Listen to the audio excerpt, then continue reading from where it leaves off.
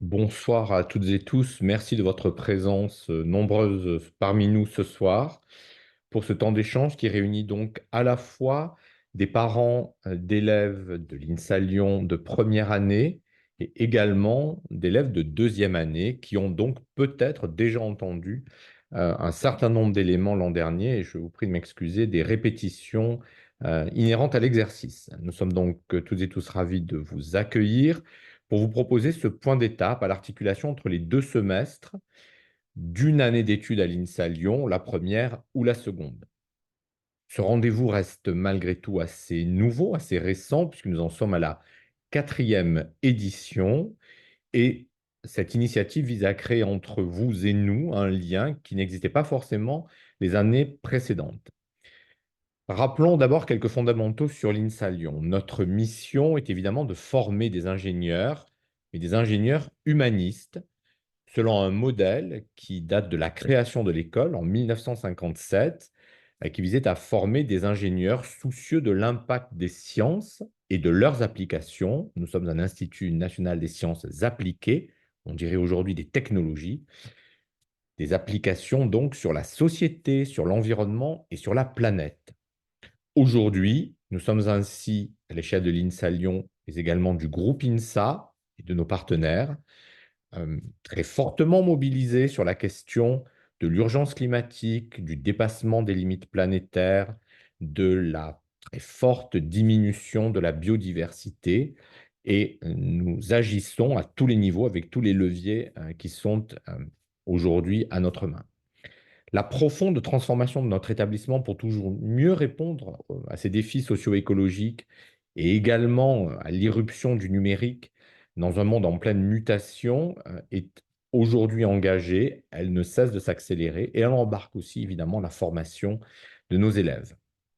Plus largement, la mission de l'INSA Lyon est une mission d'éducation, puisque nous accueillons de très jeunes élèves et que nous les accompagnons à un moment qui est évidemment déterminant dans leur formation, dans leur éducation de citoyens, d'individus autonomes, épanouis.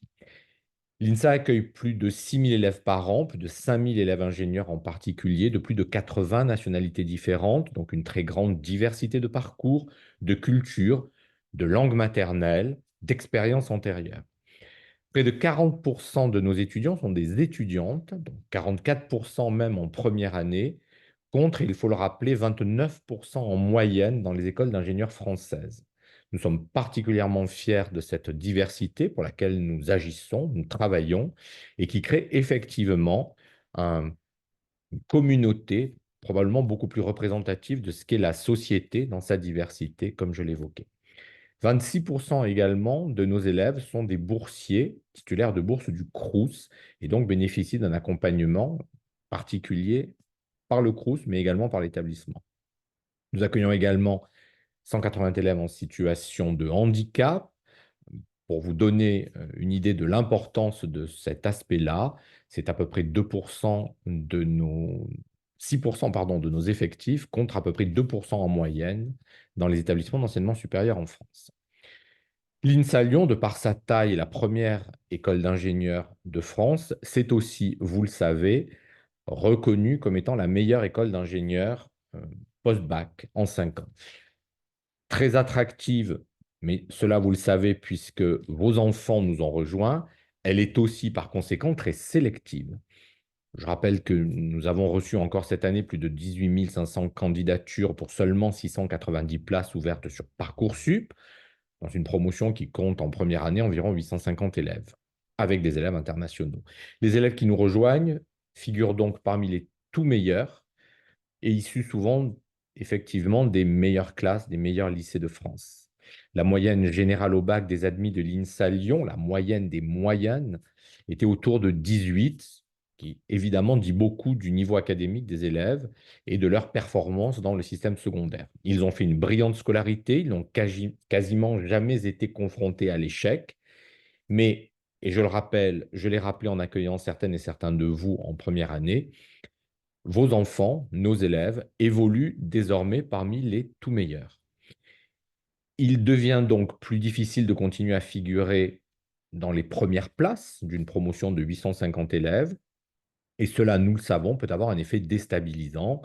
Le changement de méthode de travail, les exigences de l'institution qui sont liées à la fois à l'ambition de la formation, au niveau académique requis, mais effectivement à cette forme d'émulation et d'homogénéité dans l'excellence des promotions. Je souhaite aussi évidemment vous rassurer, on le dit toujours, les taux de réussite sont très élevés avec la possibilité d'aménager le cursus, nous pourrons y revenir. Il est donc important de dédramatiser, vraiment dédramatiser ce qui peut être vécu parfois comme un échec, qui n'est souvent qu'une difficulté passagère, un besoin de réorientation ou d'accompagnement particulier. Nos élèves sont également de plus en plus jeunes, nombre d'entre eux sont même mineurs et ils font l'objet d'une attention toute particulière de notre part, je souhaite le rappeler. Ils effectuent aussi leur scolarité, et c'est très nouveau pour eux, sur un vaste campus, 50 hectares pour l'INSA Lyon, 100 hectares au total sur ce campus de la Doua. Ce campus qui est un lieu d'études, un lieu de vie, un lieu de loisirs, un lieu de socialisation, mais qui est aussi un lieu avec une moins grande proximité avec les adultes, en particulier de la sphère familiale, ce qui peut susciter des tentations. Ils sortent d'un cadre familial et scolaire où ils étaient très entourés, ils entrent dans un cadre où ils doivent apprendre à se gérer et à acquérir une certaine autonomie. Ils conservent, et nous en sommes bien conscients, souvent un lien financier avec les parents qui les soutiennent autant qu'ils le peuvent, mais ils sont aussi confrontés à cette période qui est une grande transition dans leur vie, une transition évidemment très formatrice. Notre enjeu, c'est évidemment d'arriver à évoluer et à les faire évoluer en bonne intelligence et en bonne harmonie au sein de cette communauté INSA. Pour réussir ce vivre ensemble, nous avons, et je le redis ici, des attentes élevées en matière d'adhésion à nos valeurs et en matière de comportement au sein du collectif. Nous attendons de nos élèves une attitude, si ce n'est exemplaire, en tous les cas responsable. Cette responsabilité, ça se manifeste par le respect de soi-même, bien évidemment, le respect de ses camarades, le respect des professeurs, mais de façon plus générale des agents de l'INSA Lyon, de l'environnement de vie et de travail qui est partagé, qui est commun. Nous pouvons constater ça et là quelques dysfonctionnements, on pourra y revenir, face auxquels nous sommes amenés à prendre des décisions fortes, de temps en temps, mais c'est extrêmement rare, jusqu'à des exclusions. Je souhaite aussi rassurer sur le fait que c'est ici des cas extrêmement marginaux, mais que nous ne sommes jamais défaillants dans l'exercice d'une autorité qui nous est confiée, que vous nous avez déléguée. Et je dirais pour conclure, pour faire la transition avec le point sur la vie de campus qui va être fait par Nicolas Gaillard, directeur général des services adjoints en charge de notre campus, vous rappeler que bénéficier de l'expérience INSA dans toute sa richesse et contribuer à la réputation exceptionnelle de notre institution, c'est aussi en respecter les valeurs, mais c'est aussi profiter de tout ce que nous leur offrons. Je vous remercie, Nicolas, à toi la parole. Merci Frédéric. Donc, bonjour à toutes et à tous. Alors, vos enfants sont effectivement accueillis sur un campus, hein. On a l'habitude de dire que c'est un campus à l'américaine, un des rares campus français qui pourrait bénéficier de ce titre parce qu'il regroupe les quatre fonctions principales de l'urbanisme définies au XXe siècle. Donc, sur notre campus, sur le campus de vos étudiants, de vos enfants, les étudiants peuvent vivre avec des services d'hébergement et de restauration qui sont au plus près des lieux d'études. Il y a aussi la possibilité d'avoir des loisirs, hein, avec des lieux de débat, avec des infrastructures culturelles et sportives qui sont importantes sur le site. Mais aussi, ils peuvent travailler, heureusement, ils sont venus pour ça, grâce aux bâtiments qui sont mis à leur disposition en journée, mais aussi en soirée et le week-end. Nous venons d'ouvrir, par exemple, cette année, un espace de coworking qui leur permet de venir travailler à plusieurs jusqu'à 23 heures en semaine et sur des horaires de journée le week-end. Et bien entendu, ce campus, il est connecté à toutes les modalités de transport récentes, modernes, hein. Donc, nous avons deux lignes de tramway actuellement qui desservent le campus, mais nous en aurons deux nouvelles autres à partir de mi-2026. Et par exemple, nous sommes connectés à terme sur deux voies cyclables métropolitaines les plus importantes qui vont nous permettre d'alimenter nos plus de 500 places de vélos sécurisés et nos 1000 places en air libre pour nos étudiants. Donc, ils peuvent vivre, ils peuvent aussi être raccordés à l'agglomération lyonnaise, ce qui est important. Alors, Frédéric l'a évoqué, on a un campus qui est international, il est exceptionnel et international. et notamment quand nos étudiants sont logés, puisque plus de 40% des étudiants logés sont internationaux. Et il a bénéficié d'un fort investissement hein, lors des 15 dernières années, de plus de 10 millions, entre 10 millions et 15 millions d'euros annuels, ce qui nous a permis de le moderniser et puis aussi de lui donner une facette éco-démonstratrice afin notamment d'éveiller nos élèves sur des solutions techniques environnementales, qu'ils les voient en réel sur site et qu'ils en voient les effets. Alors, on demande dans ce campus-là à nos étudiants d'être acteurs. Pour cela, on a développé plusieurs outils en collaboration avec le bureau des élèves, hein, notamment le forum des associations en début d'année, donc qui a permis, je pense, à vos enfants de connaître l'offre associative qui est très importante et Catherine Verdu y reviendra tout à l'heure. Et puis, nous avons travaillé aussi avec les familles qui accueillent vos élèves, hein. Les familles, c'est un terme utilisé à l'INSA pour parler de groupes d'élèves qui finalement accompagnent en dehors de la vie scolaire les étudiants et qui leur permettent de se sentir un peu moins isolés. Alors la vie associative, je l'ai dit, elle est très riche, elle est très formatrice et son accompagnement mobilise beaucoup d'énergie et de moyens hein, de la part de l'établissement, il faut en avoir conscience. Parce que si c'est un privilège d'étudier et d'être admis à l'INSA, parce que le directeur l'a évoqué, nous avons des élèves de très bon niveau et à très fort potentiel, nous pensons que l'on doit aussi les accompagner pour que leur vie en dehors du campus soit aussi formatrice. Et malgré tout ce travail que fait l'établissement, nous sommes confrontés à des actes d'incivilité. Alors, nous pouvons avoir des dégradations de biens, la mise en danger individuelle des étudiantes et des étudiants, éventuellement celle d'autrui, hein, de leurs collègues. Aussi la perturbation des conditions de vie des élèves, hein, particulièrement sans doute des parents qui sont présents pourront témoigner ou voudront témoigner de difficultés qu'il peut y avoir dans les résidences universitaires et quelquefois également de comportements irrespectueux envers les personnels. Alors nous, notre volonté, elle reste pédagogique et elle est d'intervenir au maximum en amont pour prévenir ces débordements. Mais aussi, on doit faire preuve de fermeté pour protéger notre communauté et notre patrimoine. Et également, Frédéric Fautiadu l'a évoqué, faire vivre nos valeurs, hein, qu'elles soient incarnées. Et pour ça, on a plusieurs dispositifs, mais qui peuvent aller à des sanctions relativement lourdes. Donc, on fait des rappels à l'ordre après convocation hein, d'étudiants, notamment dans leur comportement dans les résidences. Éventuellement, une des sanctions qui peut arriver en cas de récidive, c'est d'informer l'élève que nous ne renouvellerons pas un bail l'année prochaine avec eux. On peut également avoir recours aux travaux d'intérêt général, au service de la collectivité de l'INSA. Et puis, on peut faire appel à des conseils de discipline hein, qui peuvent aller jusqu'à l'exclusion totale de l'INSA, voire de tout établissement universitaire en France. Donc, le niveau de sanction est très fort. Et même au-delà des sanctions académiques, nous avons pris le parti il y a quelques années de déposer plainte dans les cas les plus graves et donc, d'une certaine manière, déposer plainte contre éventuellement nos élèves. Donc, vous voyez qu'on est à un niveau de sanction qui peut être important, mais comme je l'ai indiqué, on essaye de travailler au maximum en amont pour ne pas avoir à appliquer ces sanctions et elles restent très exceptionnelles. Les situations restent très exceptionnelles.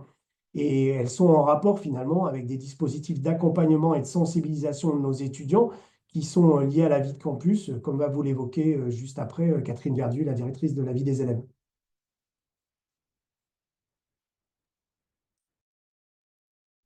Merci Nicolas. Donc bonjour à toutes et à tous. Donc moi je vais vous parler un petit peu plus précisément de tout ce que nous mettons en place pour que vos enfants euh, passent leurs études du mieux possible, en bonne santé, dans des conditions de sécurité optimales et pour qu'ils puissent se concentrer au maximum sur leurs études.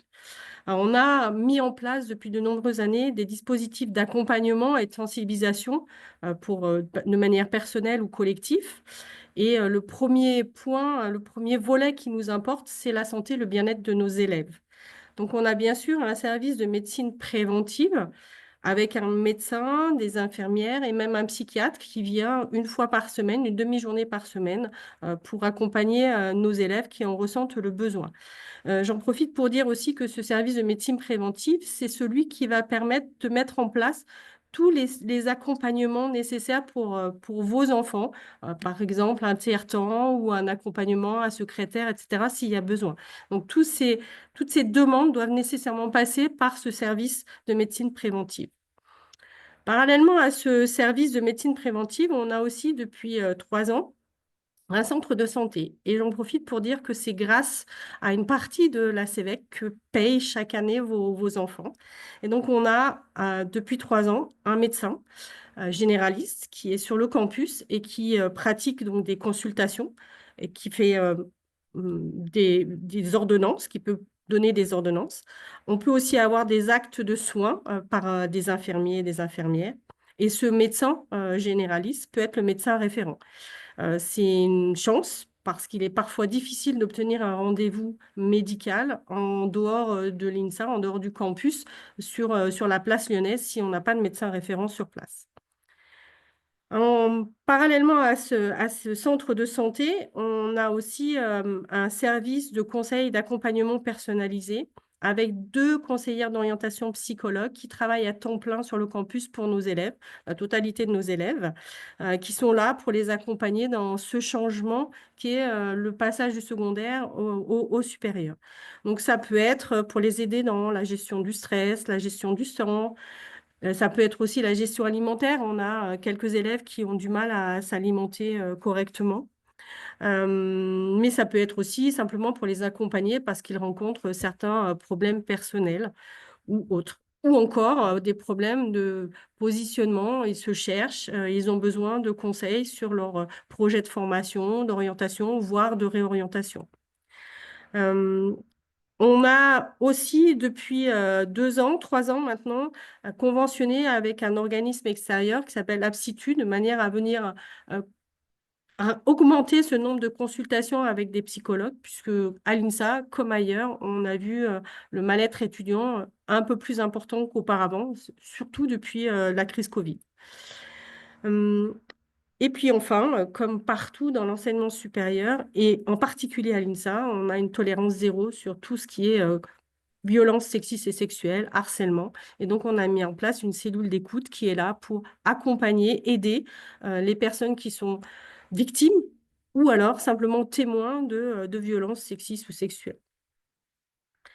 Un autre point qui est très important, c'est la sécurité de nos élèves. Et donc, je voudrais insister sur le fait que sur notre campus et à l'INSA, on a un service de secours, sûreté et sécurité à incendie qui fonctionne 24 heures sur 24, avec un dispositif d'astreinte, avec des cadres, 24 heures sur 24. Donc, nos élèves, vos enfants, peuvent à tout moment avoir une aide par ce service, si jamais ils en ressentent le besoin.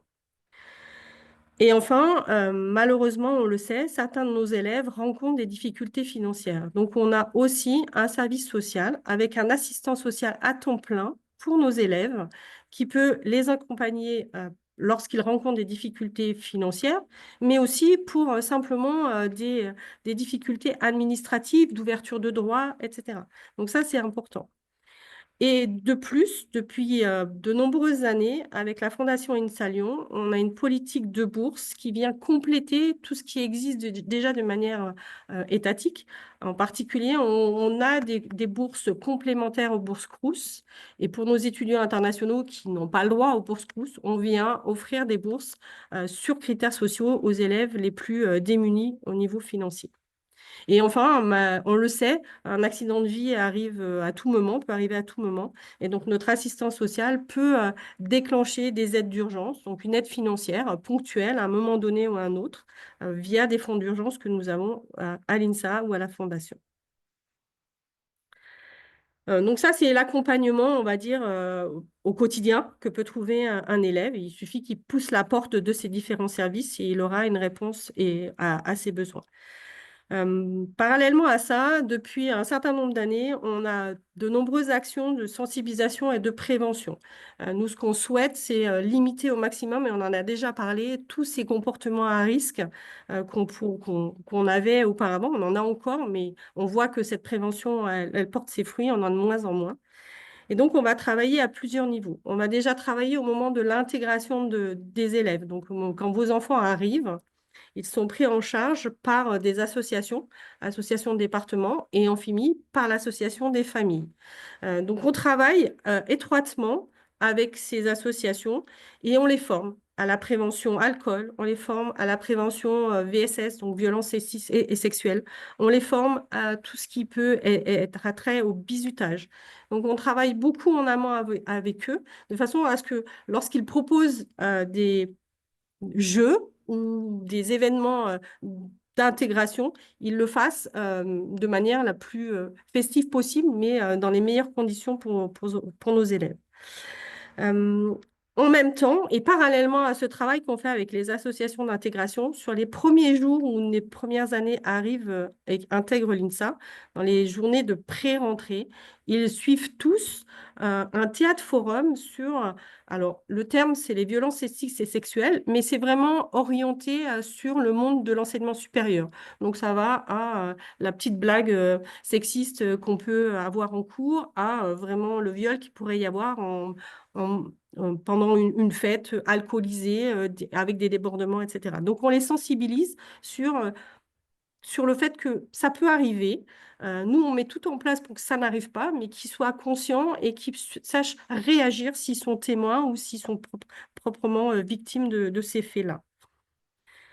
Et puis ensuite, tout au long de l'année, on l'a dit, hein, l'INSA, ça a une vie associative qui est très, très riche, donc avec énormément d'associations, donc plus de 100 associations dans tous les thèmes possibles, qui vit sur le campus et sur l'INSA, avec énormément d'événements qui sont organisés par ces associations tout au long de l'année. Donc, ces associations qui organisent des événements sont accompagnées par l'établissement et en particulier par un service, la direction administrative de la vie étudiante qui les accompagne. Chaque association qui organise un événement doit faire une demande d'autorisation. Donc, on regarde si tout est OK, s'ils ont suivi une formation alcool, si jamais ils vont avoir un événement festif avec distribution ou vente d'alcool. Ils ont suivi aussi une prévention sur les VSS. Éventuellement, s'ils font des repas, on leur apporte des connaissances du point de vue hygiène alimentaire avec nos chefs des restaurants. Donc vraiment, on est là pour les accompagner, pour qu'eux-mêmes se prennent en charge et mettent tout en place pour que ces événements soient le plus sécurs et pour eux et pour les élèves qui vont en bénéficier. Voilà un petit peu toute la vie pour nos élèves. Nous, notre souhait, c'est qu'ils puissent s'épanouir, vraiment profiter à fond de toute cette vie extrascolaire, qu'ils puissent bénéficier de tout ce qui se passe, mais dans les meilleures conditions possibles. Pour tout ce qui est l'accompagnement pédagogique et scolaire, donc s'ils rencontrent des difficultés scolaires, c'est Madame Marion Frégonès qui va vous en parler maintenant. Merci Catherine. Bonsoir à tous, bonsoir à toutes. Donc effectivement, je vais vous apporter quelques éléments sur l'accompagnement plus scolaire des élèves. Donc je suis directrice du département formation initiale au métier d'ingénieur les 2 premières années de l'INSA Lyon. Alors peut-être la première chose à dire, puisqu'on a fait, on a témoigné dans certains cas qui restent des cas particuliers de comportements qui peuvent paraître irresponsables dans certains cadres de vie du campus. En face à face avec les enseignants, la grande majorité du temps, ça se passe extrêmement bien et on a très peu de discipline à faire auprès de nos étudiants. Nous avons des élèves en face de nous qui sont très respectueux des enseignants et également des locaux. C'est quand même très rare qu'on ait à faire la police pour des problèmes dans le cadre scolaire. Comme le disait Frédéric tout à l'heure, nous avons également un taux de réussite relativement élevé, puisque globalement, je vais en reparler un peu plus en détail, mais globalement, en fin de première année, on a un taux de réussite de l'ordre d'à peu près 90%. Ce n'est pas un objectif que l'on cherche à atteindre, mais dans les faits, c'est un chiffre qui arrive de façon assez récurrente au fil des années. Donc, comme l'a évoqué aussi notre directeur, les élèves se retrouvent face à des difficultés qu'ils n'ont pas forcément rencontrées au lycée, avec des méthodes de travail à acquérir qui sont différentes. Et donc, on va essayer de les accompagner le plus possible sur ces sujets-là dès leur arrivée. Donc, ça a été le cas notamment pour les élèves qui ont bénéficié de l'école d'été. pour certains publics, nos élèves étrangers, donc qui arrivent en amont sur le campus. C'est également au travers de l'accueil qui est fait en pré-rentrée pour tous nos élèves, où dès ce moment-là, on leur propose un certain nombre de dispositifs. On met du soutien en place sur des aspects très particuliers, je pense notamment sur des aspects d'informatique, de façon à faire en sorte qu'ils s'approprient très vite les outils institutionnels informatiques. On fait ça dès la première semaine. Et très vite également dans le semestre, on leur a proposé des ateliers méthodologiques, donc là qui sont en dehors d'un soutien disciplinaire, qui sont plus de la méthodologie, de mise au travail, comment est-ce que la mémoire fonctionne, comment est-ce qu'on peut optimiser l'apprentissage, etc. Ça, c'est spécifiquement pour les élèves de première année. Ensuite, pour tous nos élèves de première et de deuxième année, on a un certain nombre de dispositifs pour les accompagner et les aider. Ils ont tous un enseignant référent. Donc, c'est une sorte de prof principal, si vous voulez, qui repère assez vite les élèves en difficulté, qui va pouvoir les orienter vers les services spécialisés de l'INSA dont a parlé Catherine précédemment, mais également qui va les orienter vers des dispositifs d'accompagnement scolaire. Donc, il y a différents types de dispositifs d'accompagnement. Du soutien disciplinaire qui est délivré par des enseignants. Donc, les élèves ont des créneaux de soutien à leur emploi du temps sur lesquels ils peuvent s'inscrire. Donc, c'est sur volontariat des élèves. Mais pour les élèves les plus en difficulté, on va aussi leur proposer ce que l'on appelle du tutorat, qui est, lui, assuré par des élèves de départements de spécialité qui viennent donner un cours de soutien, d'accompagnement à des petits groupes de 4 élèves. Et donc, ces élèves des années supérieures sont rémunérés par l'établissement pour pouvoir faire cet accompagnement. Donc, ça, c'est sur recommandation de l'enseignant référent. Donc, tout au long de l'année, on va suivre ces élèves, en particulier pour les élèves de première année, ils vous en ont peut-être parlé, mais pour les élèves qui rencontrent certaines difficultés, les enseignants référents viennent de les inviter à se réinscrire sur Parcoursup par mesure de sécurité. Donc ça, c'est un point important sur lequel vous pouvez apporter votre vigilance, vous assurer que les élèves qui rencontrent des difficultés, encore une fois, il ne s'agit pas de tous les élèves, hein, mais de faire cette opération par précaution, de façon à ce que si l'année ne se poursuit pas de façon très favorable, les élèves ne se retrouvent pas sans rien en fin d'année. On a également un certain nombre de dispositifs d'accompagnement un peu plus ciblés pour les élèves de deuxième année autour du choix de département. Donc, ça fait partie de ce qu'on appelle le projet personnel et professionnel, dans lesquels on va offrir un certain nombre de dispositifs pour que les élèves puissent se positionner sur les départements de spécialité. Donc, ils ont participé au mois de décembre à la journée Objectif Ingénieur. À partir dans une quinzaine de jours, ils vont avoir la possibilité d'aller visiter les départements de spécialité, ce qu'on appelle le forum des départements. Et ils vont également découvrir de façon un petit peu plus pratique ces domaines de spécialité au travers d'un enseignement qui s'appelle P2I, qui a lieu au deuxième semestre de la deuxième année, qui s'appelle Parcours pluridisciplinaire d'initiation à l'ingénierie. Donc, tout ça pour les aider à travailler leur choix de département de spécialité. Voilà, je crois que j'ai à peu près fait le tour. Peut-être un point important à souligner qui vous questionne régulièrement, c'est la communication qu'on peut avoir directement avec vous au sujet des résultats des élèves ou au sujet des difficultés qu'ils rencontrent. Alors, nous avons très peu d'interactions avec les parents et en tant que parent, moi-même, je sais que ça peut être assez déstabilisant, mais finalement, nous ne faisons qu'appliquer la loi, c'est-à-dire que nous ne sommes pas autorisés à partir du moment où un élève est majeur de communiquer quelconque information sur la scolarité de l'élève. Dans le cas où un élève est mineur, c'est différent. Et donc là, on a une vigilance particulière. Notre directeur l'a bien dit tout à l'heure. Et on aura des points de communication si besoin, bien évidemment. Mais dans le cas où tout se passe bien, en fait, on n'a pas forcément de lien direct avec vous. Tous les élèves ont accès à leurs résultats via notre environnement numérique de travail. Et donc, c'est à eux de vous les transmettre s'ils le souhaitent. Je pense que j'ai à peu près fait le tour des points généraux que je voulais partager avec vous. Pour conclure, je vais repasser la parole à Frédéric. Quelques mots de conclusion. Merci Marion. Alors effectivement, une conclusion extrêmement rapide puisque nous avons évidemment balayé ici des points essentiels. Nous avons fait le choix, vous l'avez compris, et ça transparaîtra ça transparaît dans les questions, ça transparaîtra dans les réponses. Nous avons mis un point d'attention sur les sujets qui sont probablement les plus difficiles, même s'ils sont extrêmement rares, très très rares en tout cas. Globalement, conclure en remerciant d'abord les intervenants et vous remerciant pour votre présence à nouveau. Nous sommes à l'INSA Lyon un établissement qui est très fortement engagé dans la préservation du cadre de vie des élèves, du cadre d'études des élèves, l'optimisation de leurs conditions de réussite, l'attention à leur réussite individuelle, à leur épanouissement personnel, collectif.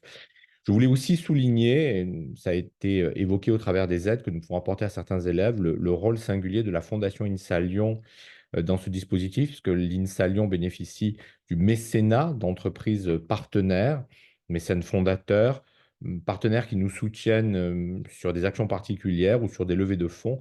Et puis, un soutien également des alumni, hein, des élèves des anciens élèves qui sont diplômés aujourd'hui, qui contribuent par une levée de fonds annuelle à soutenir par solidarité les plus jeunes générations. Et puis également des parents d'élèves qui, par solidarité, donnent aussi à notre fondation. Donc, je ne peux que vous inviter à suivre cet exemple, puisque ces moyens d'action que nous avons dans un établissement qui est public, qui est financé, je le rappelle, par l'État, essentiellement par l'État, et puis par les fonds que nous levons, dans une scolarité qui est quasiment gratuite, extraordinairement bon marché en tout cas.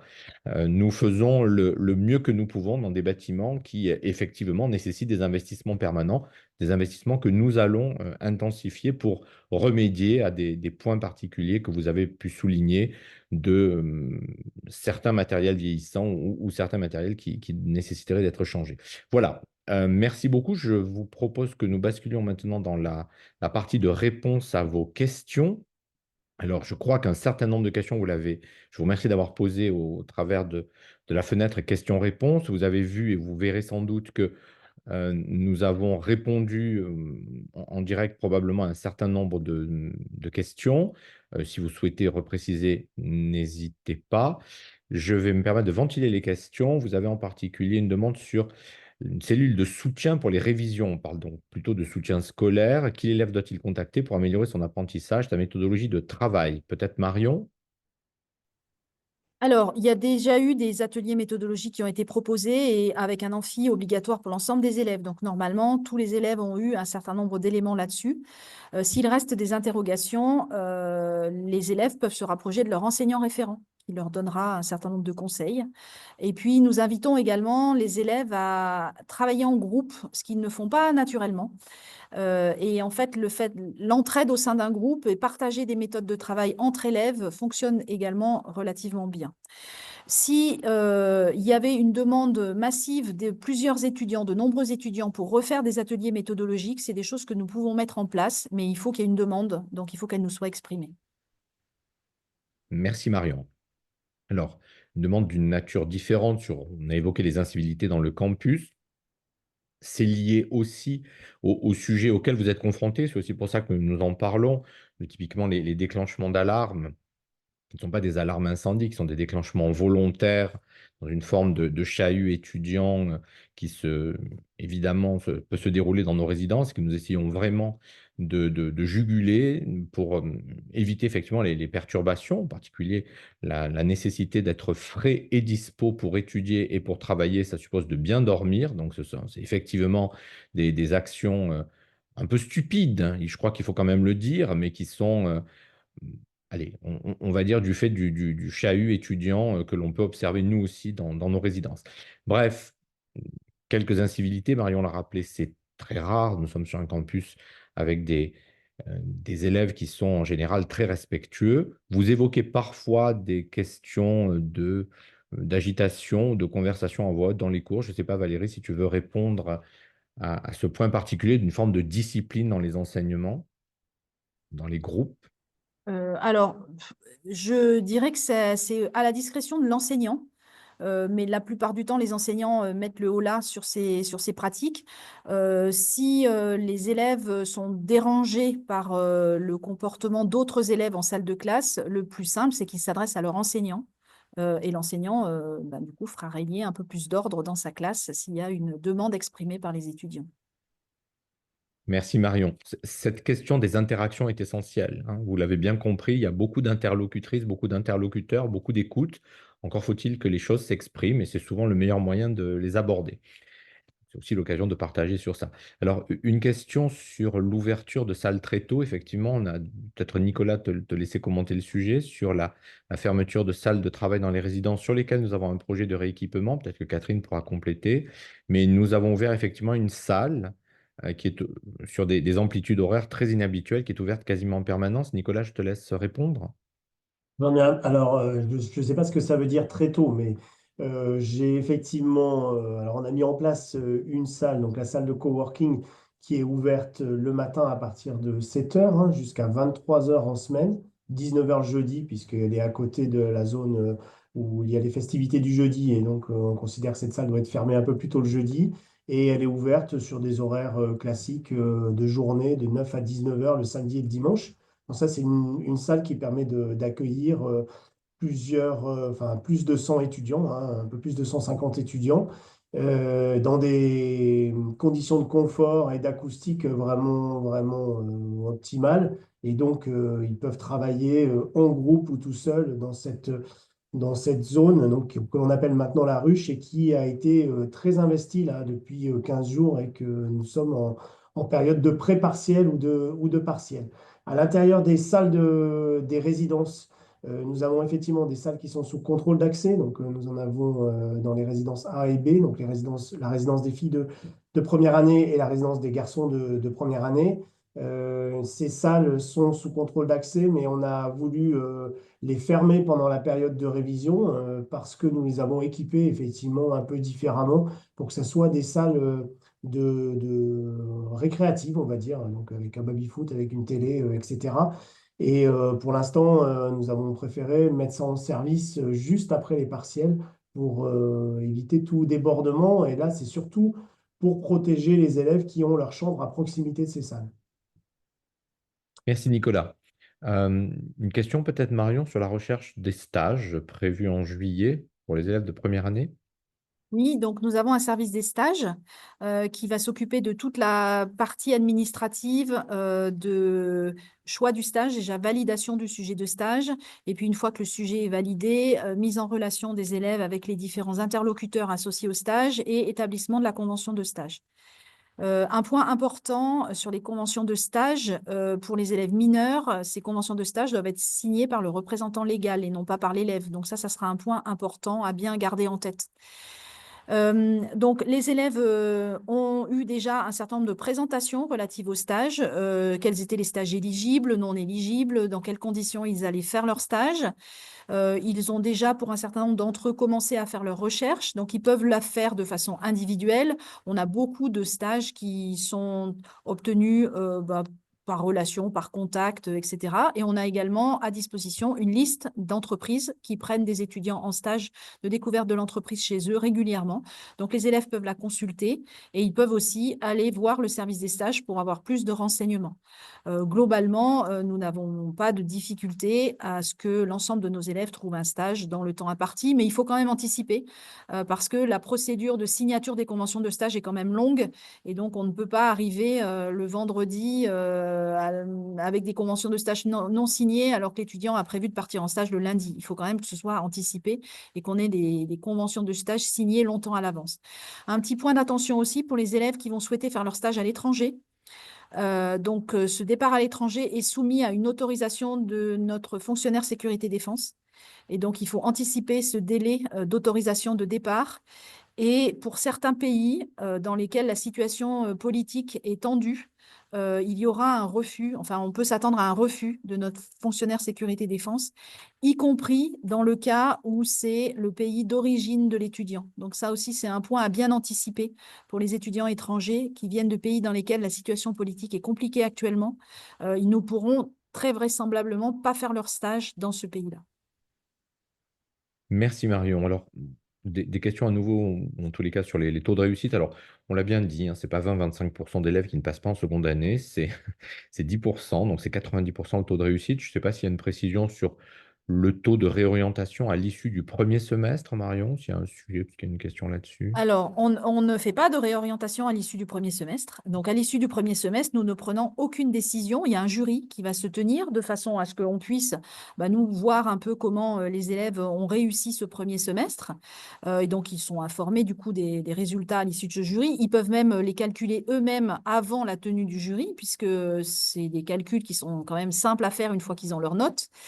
Donc, du coup, ils savent quand même assez vite s'ils ont validé automatiquement leur premier semestre ou pas. Mais même s'ils ne l'ont pas validé automatiquement, on ne prend aucune décision de réorientation à la fin du premier semestre. Tous les élèves peuvent poursuivre leur scolarité jusqu'à la fin de l'année.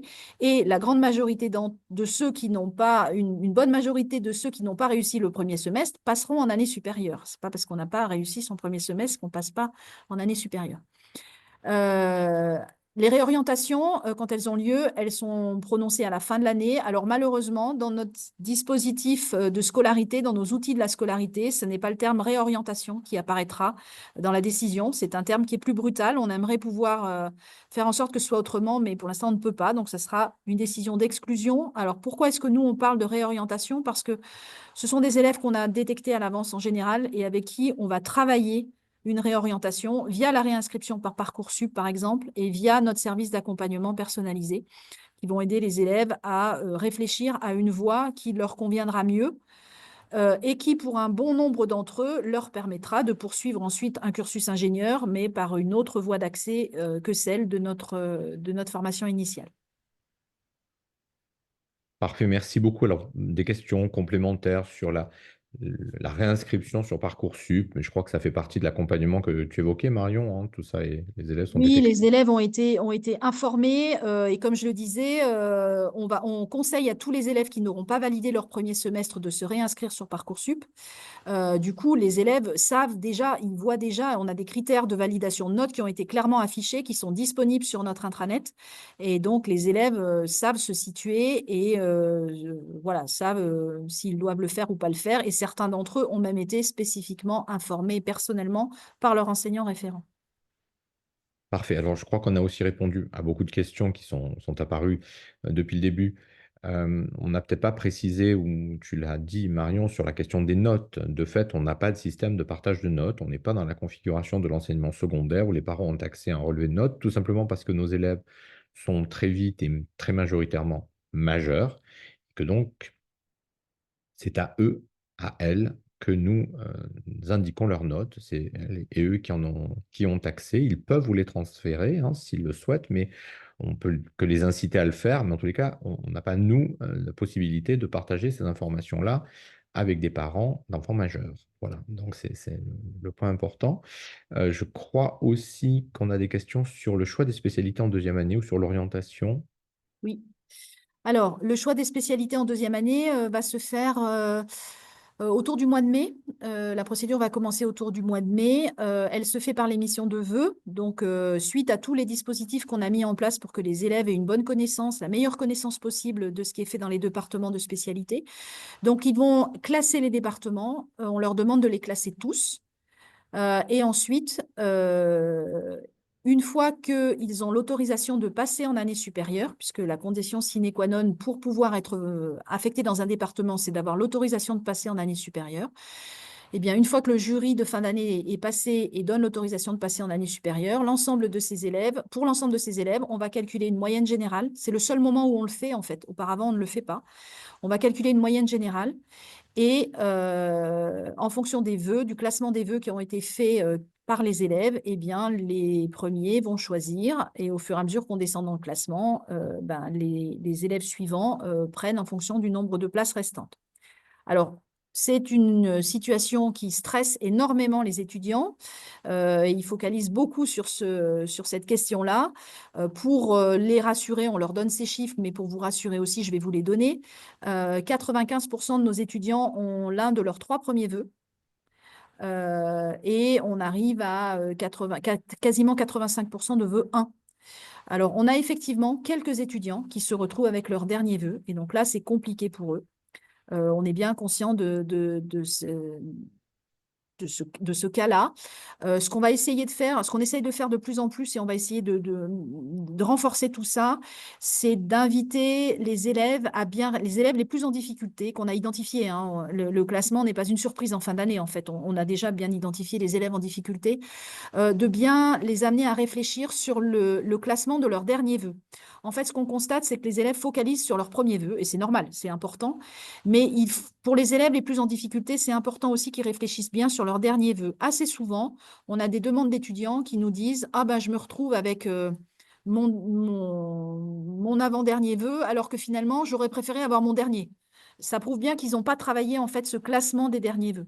Et donc ça, c'est quelque chose sur lequel on va travailler. Encore une fois, ça concerne une petite dizaine d'élèves, hein. C'est vraiment des cas très particuliers, mais effectivement qui sont difficiles pour eux. Ce qu'on essaye de travailler aussi le plus possible, c'est la bonne connaissance de ce qui est fait dans les départements. Les élèves choisissent leur département parfois sur des critères qui sont un petit peu surprenants et qui ne sont pas forcément des critères associés à un choix de domaine d'activité ou de secteur d'activité. Ce qu'on essaye également de leur faire comprendre, c'est que on peut aller dans un département qui n'est pas son vœu de cœur au départ et pourtant travailler dans le domaine d'activité de son vœu de cœur à l'arrivée. Et donc ça, on essaie de dédramatiser aussi tout ça auprès d'eux. Merci Marion. Peut-être des questions, Nicolas, sur le report, en fait, au niveau du forfait d'un mois sur l'autre. Alors, ce système, on est en train de travailler à le faire évoluer, mais juste d'un mot, le choix de maintenir le forfait pour les élèves de début de parcours ingénieur, première année en particulier, c'est un choix délibéré. Nous savons d'expérience, non pas ce qui se passe seulement sur l'INSA, mais ailleurs également, que lorsqu'on abandonne le forfait, d'abord, nous n'avons pas la possibilité dans toutes les résidences que les élèves se préparent des repas. Donc, c'est l'un des problèmes principaux. Il faudra que nous travaillions à rééquiper nos résidences, mais également, ils sont très mobilisés par leurs études et le temps consacré, le soin consacré, le niveau d'autonomie dont ils peuvent bénéficier sur l'alimentation fait qu'elle se dégrade en général. Donc c'est un choix qui n'est peut-être pas le choix économiquement préféré, mais en tous les cas, c'est un choix qui garantit que les élèves bénéficient quand même de 3 repas par jour potentiellement équilibrés. C'est aussi des questions de choix. Alors effectivement, s'ils arrivent systématiquement tard, il y a peut-être des choix qui sont réduits. Vous pourrez le constater par vous-même. Nous avons des commentaires qui sont très différents sur l'appréciation de la qualité et de la quantité des repas. Bon, les retours sont très variables selon les perceptions. Nicolas, d'un mot sur le forfait, avant de passer à d'autres sujets. Bah, le forfait, effectivement, Frédéric a bien expliqué le contexte du forfait et pourquoi c'est encore quelque chose que l'on propose à l'INSA et que l'on pense vraiment nécessaire pour nos premières années. On le fait évoluer avec un tout petit peu plus de souplesse pour les deuxièmes années. Mais on s'est rendu compte que si l'on ne mettait pas cela en place, en fait, on aurait des comportements alimentaires un peu, je ne sais pas comment dire, enfin, pas conformes à une bonne hygiène de vie. Et donc, on pense que c'est nécessaire. Alors, pour ce qui est du report des crédits, effectivement, au-delà du mois, ben, on ne le fait pas parce que nous, on a besoin que, effectivement, le forfait soit bien utilisé dans le mois, ce qui nous permet, j'ai répondu à une question dans le chat, ce qui nous permet de mieux estimer nos quantités à produire. Et effectivement, on compte sur les éléments de FIMI des élèves de FIMI pour qu'ils viennent bien au restaurant de l'INSA et que donc finalement on ait une bonne estimation des besoins de repas. Si on faisait un report un peu trop important au-delà du mois, on aurait des risques d'avoir finalement des gros creux à des moments d'utilisation des restaurants et d'expérience parce qu'on l'a fait à une époque. Finalement, on se retrouve avec un effet encore plus pervers que celui qui a été indiqué dans le chat. C'est-à-dire que là, on a du cumul de sodas et autres pâtisseries ou autres choses qui sont faciles à consommer par ailleurs, qui devient énorme en fin d'année. Donc, en fait, on vient épuiser en fin d'année pour quel gain, je ne sais pas, et pourquoi en faire, j'en sais rien.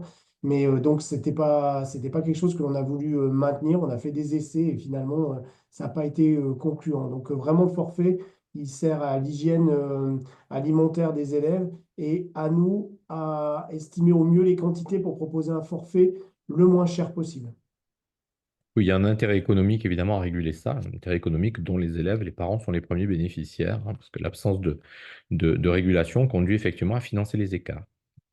Ça génère du gaspillage, ça génère effectivement moins d'efficacité. Alors, petite question que j'ai vue au passage, l'INSA va-t-elle changer de statut? Si oui, quels seraient les impacts? Non, l'INSA ne va pas du tout changer de statut. Nous sommes un établissement public de l'État, un opérateur de l'État, et nous le resterons.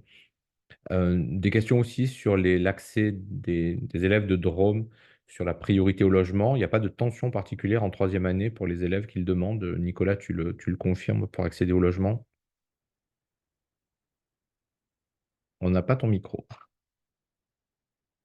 Nicolas, ton micro est fermé.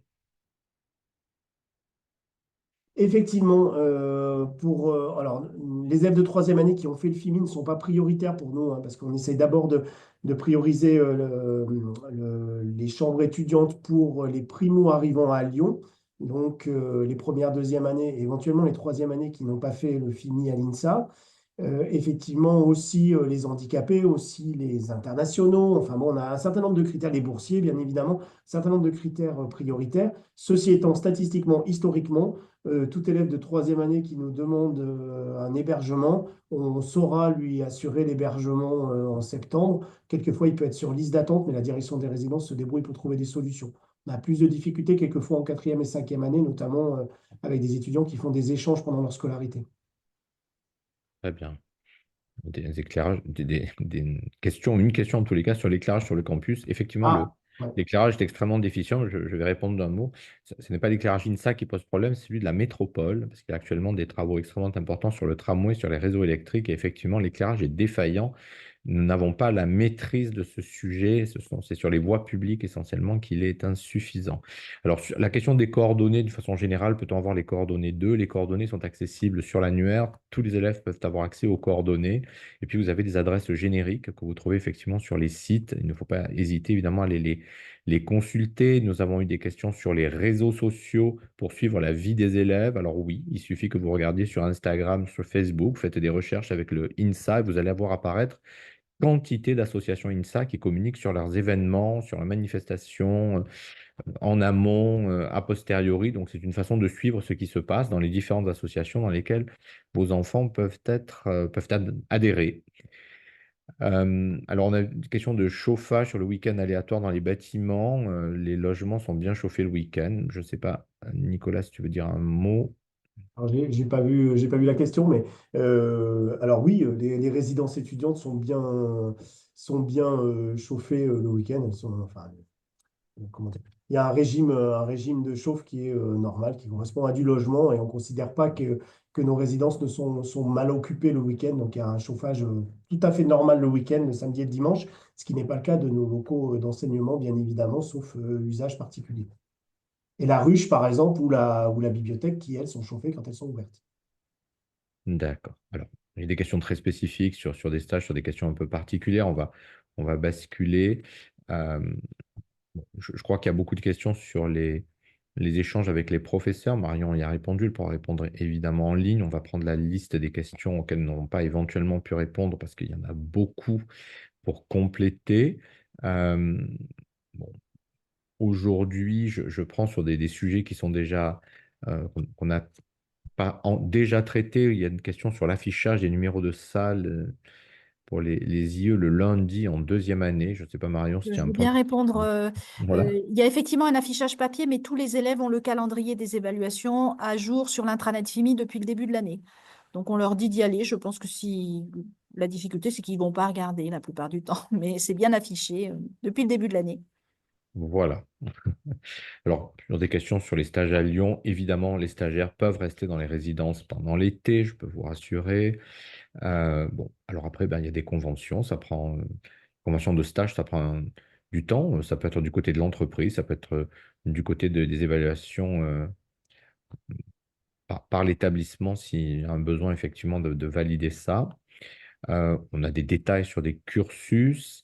On peut avoir des questions de difficulté avec des enseignants, mais je rappelle qu'on a un collectif d'enseignants extrêmement important. Marion, peut-être lorsqu'il y a une difficulté particulière. Alors, il y a plusieurs dispositifs une difficulté se pose, là, et ça, on en parle, on le présente aussi aux élèves. La première chose, c'est d'aller discuter avec son enseignant. Je pense que ça, c'est le plus important. Après, si l'échange se trouve rendu difficile ou la confiance est rompue, on a un dispositif d'évaluation des enseignements qui est en place au premier et au deuxième semestre, où l'ensemble des élèves sont amenés à répondre à des questionnaires qui sont proposés par leurs enseignants. Et si leur enseignant ne propose pas de questionnaire, les élèves peuvent demander à ce qu'il en propose un. Et donc, amener un certain nombre d'éléments qui vont amener l'enseignant à faire évoluer son enseignement. Alors, on est d'accord que, évidemment, quand c'est remonté en fin d'année, ce n'est pas l'élève qui directement va en bénéficier, ce sera plutôt ses successeurs l'année suivante, mais c'est important de faire remonter ces éléments-là parce qu'on a aussi parmi nos équipes enseignantes des enseignants plus jeunes, moins expérimentés et pour qui c'est très utile d'avoir ce retour des élèves pour pouvoir améliorer leur processus, sachant qu'on a un service d'accompagnement des enseignants qui est dédié à la pédagogie au sein de l'établissement, ça s'appelle la cellule Athéna, qui peut accompagner ensuite les enseignants, leur proposer des formations spécifiques, justement suite à des retours qui auraient pu être faits par les étudiants. Très bien. Euh, Quelques questions aussi sur les stages. Est-ce qu'on peut faire des stages en anglais? Alors, job en anglais, on n'a pas aujourd'hui de base de données de job. On n'est pas un fournisseur de job d'été. En revanche, on a des stages, effectivement, qui sont rémunérés en anglais ou à l'étranger, bien sûr, et des questions sur l'utilité du stage pour valider la première année, peut-être parmi les dernières. Alors, Alors, le ma stage réponse. ne compte pas pour la première année. Donc, la note de stage comptera pour la deuxième année. Et donc, elle fait partie des éléments nécessaires pour la validation de la deuxième année. En ce qui concerne la possibilité de faire des stages à l'étranger ou en langue anglaise, c'est possible de le faire. Voilà, il n'y a pas de difficulté. La question des CDD, nos élèves peuvent être également en CDD pendant leur stage. Par contre, leur thématique de stage devra être validée. C'est-à-dire que c'est des stages avec un travail d'exécution à réaliser obligatoirement dans des conditions qui seront les mêmes que s'ils étaient sous convention de stage. Donc, dans ce cas-là, il n'y a pas de convention de stage puisque c'est un CDD, mais il y a quand même un suivi par un enseignant sur l'INSA. Ça reste d'actualité. Donc, les modalités sont un tout petit peu différentes, mais c'est tout à fait possible que l'élève soit en CDD. Alors, une question très différente, parce que c'est aussi intéressant, place de l'intégration de l'IA, l'intelligence artificielle, dans le parcours scolaire. Alors, c'est d'autant plus intéressant que beaucoup de nos élèves utilisent ces outils.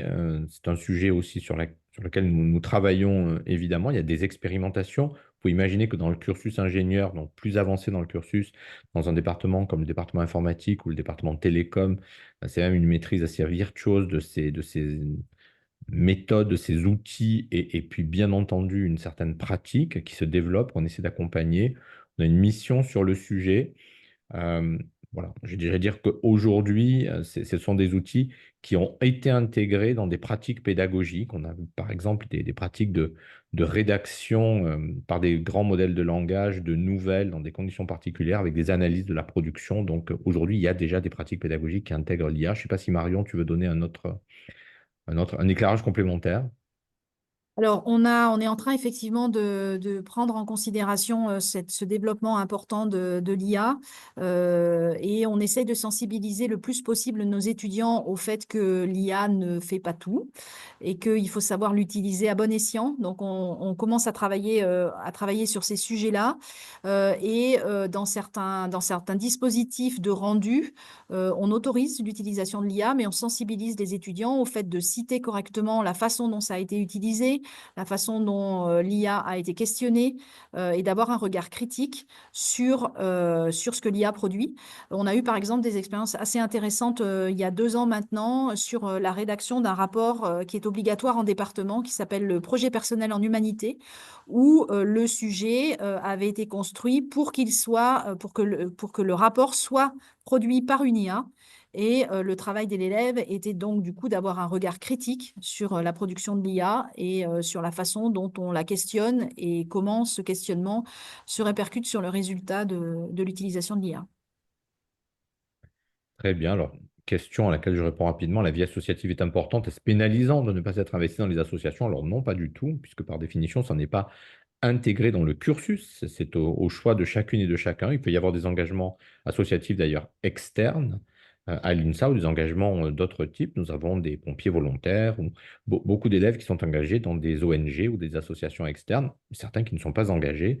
Ça n'est pas un sujet en tant que tel. Alors, on a même certainement raté un certain nombre de questions. On va s'efforcer de répondre dans la mesure du possible à celles que nous n'aurions pas du tout traitées. Euh, on a probablement quelques réponses auxquelles nous n'avons pas pu répondre. Donc, je le disais en direct, mais regardez, consultez aussi les textes qui ont été rédigés. Je pense que toutes les réponses qui ont été produites ne sont pas enregistrées aujourd'hui. Donc, on les complétera si besoin. Euh, Point complémentaire que vous souhaiteriez apporter, Catherine, Marion, Nicolas, J'essaie de sur des balayer sujets un que je peu. n'aurais pas abordés ou des questions que je n'aurais pas vues. Euh, Moi, je peux peut-être apporter, j'ai vu passer plusieurs messages sur le temps d'attente pour obtenir un rendez-vous au médecin de l'INSA, chez le médecin de l'INSA ou chez les psychologues. C'est vrai que parfois, par moment, il y a des pics, comme dans la vie civile, hein, mais on essaye de faire au mieux pour répondre aux besoins. Et les infirmières sont là aussi, elles accueillent les élèves et elles essayent de voir le degré de si c'est urgent ou pas. Et donc, peut-être que certains élèves, elles les font un peu temporiser par rapport à d'autres, ou elles jugent que la situation est plus critique, elles méritent peut-être d'avoir un rendez-vous plus rapidement que d'autres. Mais oui, on est confronté aux mêmes difficultés que l'on peut avoir à Lyon ou ailleurs, hein, où c'est très difficile d'avoir un rendez-vous chez le médecin, où c'est engorgé. Et surtout en cette période où il y a pas mal de grippe, etc. Euh, Parfait. Moi, Marion? j'ai vu passer des questions relatives aux enfin, à la poursuite d'études en apprentissage. Alors, effectivement, la voie par l'apprentissage est ouverte à partir de la troisième année dans certains départements de spécialité. Et donc là, les élèves intéressés ont déjà eu un certain nombre de réunions d'information à ce sujet-là, puisque, effectivement, du coup, la procédure d'affectation dans le département, dans ce cas-là, est différente. Mais normalement, tous les étudiants ont eu les informations. Il y a eu une présentation à ce sujet lors de la journée objectif ingénieur et tous les élèves intéressés sont identifiés déjà normalement et ont déjà été mis en contact avec les départements de spécialité concernés et ils vont suivre ensuite la procédure. Ils vont être pris en charge par les départements de spécialité concernés pour mettre en place ce dispositif. Alors, ça ne veut pas dire que parce qu'ils ont commencé la procédure, ils seront forcément automatiquement en apprentissage l'année prochaine, parce qu'il y a tout un tas d'étapes à franchir. Mais en tout cas, ils sont pris en charge et ils ont été informés sur cette question. Merci. Est-ce que Nicolas, il y a un point complémentaire, une dernière question, puisqu'après on va clore ce rendez-vous, on aura débordé de quelques minutes. Il y a une question à laquelle je réponds sur les difficultés d'accès au département. Oui, il y a des spécialités plus demandées. Aujourd'hui, le département informatique, par exemple, est extrêmement demandé. Le département génie mécanique l'est également.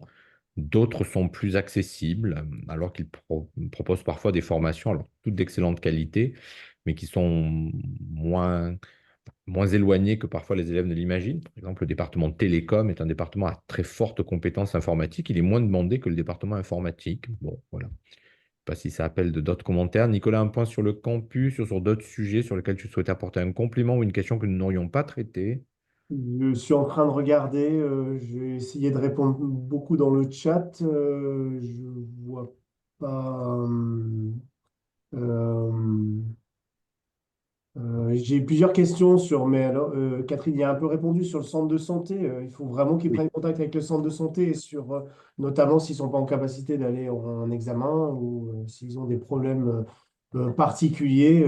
Il ne faut pas hésiter. On a vraiment un service qui essaye, avec les infirmières et l'infirmier, de répondre au maximum aux besoins des étudiants. Et c'est vrai que là, actuellement, dans cette période, ils sont pas mal sollicités. Mais ils répondent, en tout cas, on ne laisse pas des étudiants ou des étudiantes seuls face à leurs problèmes de santé, et encore plus si c'est en lien avec les études. Merci beaucoup à toutes et tous. Merci pour ces réponses. Merci pour vos questions nombreuses qui nous permettent aussi d'affiner les documents que nous produisons. Alors, beaucoup de questions ont été posées, je me permets ce commentaire, parce que vos enfants n'ont peut-être pas encore eu ou intégré toutes les réponses qu'on leur apporte. Il y a énormément de documentation disponible à l'INSA. Les sites en particulier fournissent beaucoup d'informations. Tout ce qui concerne les passages, eh bien, ça va s'approfondir dans les mois qui viennent. Nous ne sommes qu'à la fin du premier semestre, donc le deuxième semestre va apporter aussi beaucoup d'informations, mais c'était l'occasion de faire ce point intermédiaire aussi pour bien essayer de tâcher de vous rassurer, de vous éclairer sur ce qui se passe et vous remercier de votre confiance, de nous avoir effectivement confié vos enfants. Merci à toutes et tous, très bonne soirée et puis, je l'espère, une excellente poursuite de cursus à l'INSA pour chacune et chacun de vos enfants. Bonne soirée. Voilà. Bonsoir.